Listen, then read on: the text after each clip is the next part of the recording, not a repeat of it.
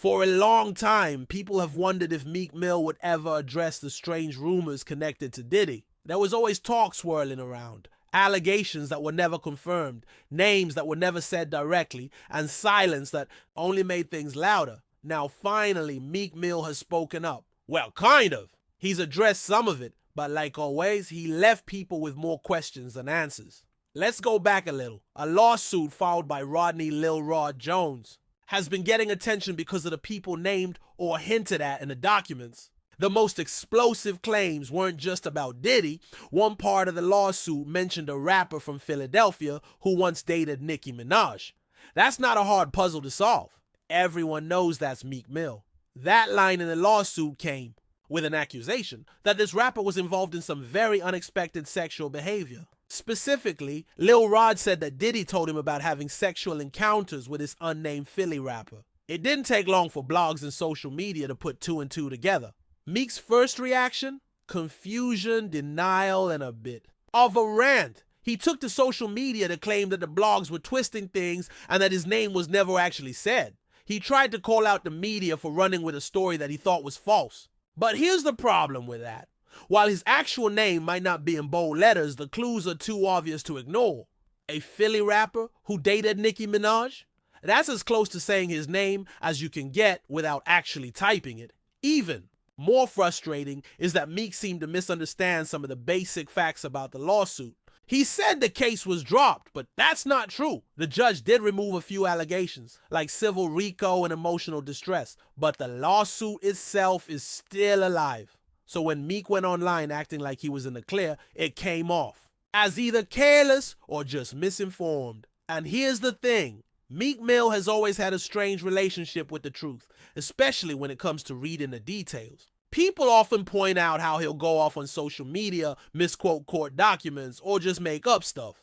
It's like he gets frustrated before understanding the full picture. Let's be clear, this wasn't a rumor made up by a gossip blog.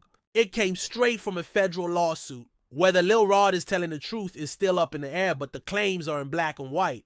He said Diddy told him about sex with this Philly rapper. That's why Meek's angry posts don't make much sense. He's blaming the blogs for something that came from a court document.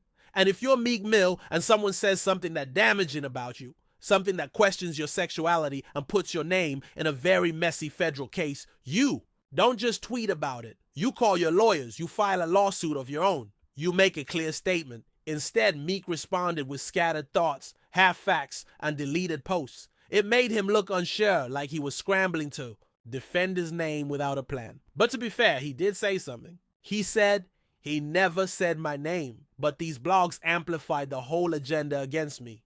My culture don't believe it, but it's an attack on my brand. I want to get to the bottom of it." That sounds good on paper, but it avoids the main issue. You either did what Lil Rod said, or you did. There's no need to get to the bottom of it. The only thing that matters is if it's true or not. He also added something else. He said the wildest thing he ever saw at a Diddy party was coke vibes, which isn't all that shocking considering the circles they run in. Then he went off on a tangent about how he doesn't even like being addicted to weed, and that.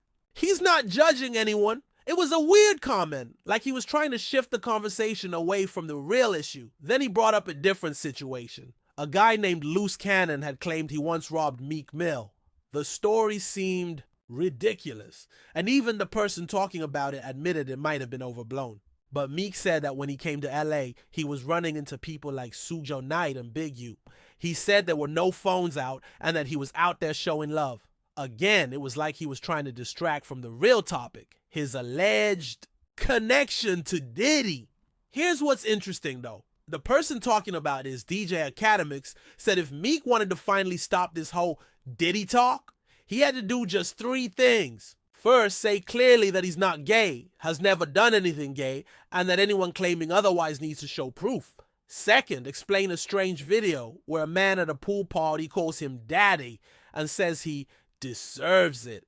Third, explain why he and Diddy were wearing matching outfits at the same party, posing like a couple. Those are the 3 things that have been floating around and adding fuel to the fire. And to be honest, they're not even hard to explain unless there's something to hide. A simple answer like, "Yo, I was drunk at the party. I didn't even hear that guy call me anything," would shut down half the speculation. Or, "Yeah, me and Diddy wore the same outfit." It was awkward. I was mad too. Boom. End of story. And guess what?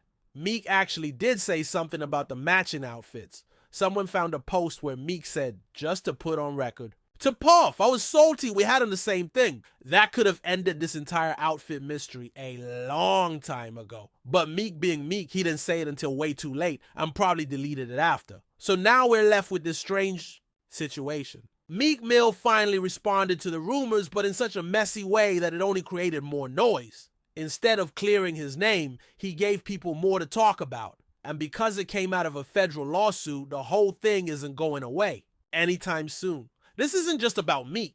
It's also about how celebrities deal with serious rumors. When you're rich and famous, everything you say or don't say gets magnified. People expect smart, clear statements. They expect you to act like you've got a team. So when someone like Meek responds with tweets that sound confused, it makes him look bad even if he's innocent. If Meek really wants this to go away, he has to do more than tweet. He needs to publicly, clearly deny the accusations. He needs to take legal action if they're false, and he needs to stop blaming blogs for talking about information that came from court documents. It's not about the media being out to get him. It's about taking control of the narrative. People will always believe what they want to believe, but silence or messy half responses only give rumors more power.